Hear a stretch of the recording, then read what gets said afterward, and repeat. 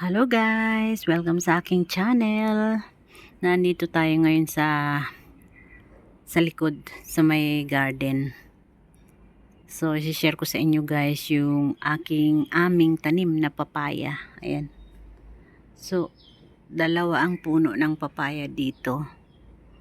Ayan. May bunga pang isa.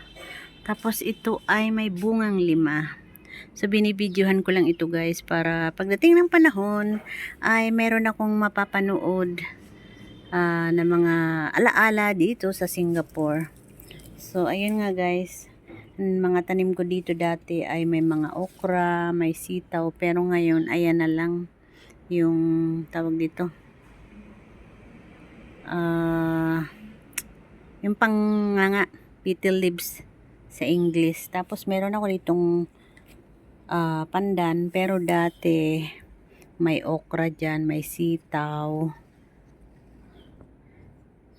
nawala na. Tapos ayan na lang ang tanim namin ngayon, may pandan. Tapos ito guys, sinilalagay sa green curry chicken. Kanina nag-harvest kami niyan. Ayan, maraming bunga, ay bulaklak pala. So, ayan.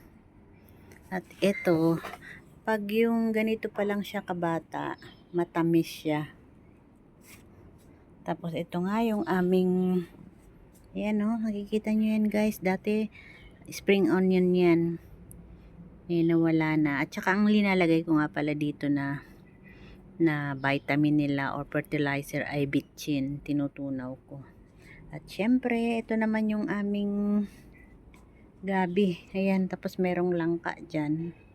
Sana mamunga. At ito naman yung aming malunggay. Ayan. So, dito naman banda guys ay merong kaming sili. Merong nakuha yung kasama kong bunga. Isa. Kinuha na niya. At ayan, may mga bulaklak pa nga. So, ayan yung malunggay namin. May papaya. Ayan. At dito naman, ay meron ginger. Ano ba to? Blue ginger or langkwas. At ito yung aking kapitbahay na laging nagbibigay ng fruits. Diyan, tinatapon niya lang dyan. So, yun lang guys. Nag-video lang ako para meron akong may upload. Yan ang aming curry leaves. So, yun lang guys. Bye-bye. At yung aking niluluto sa loob ay kumukulo na yung lugaw. Porridge lang kasi kami ngayon. Bye guys. Thanks for watching.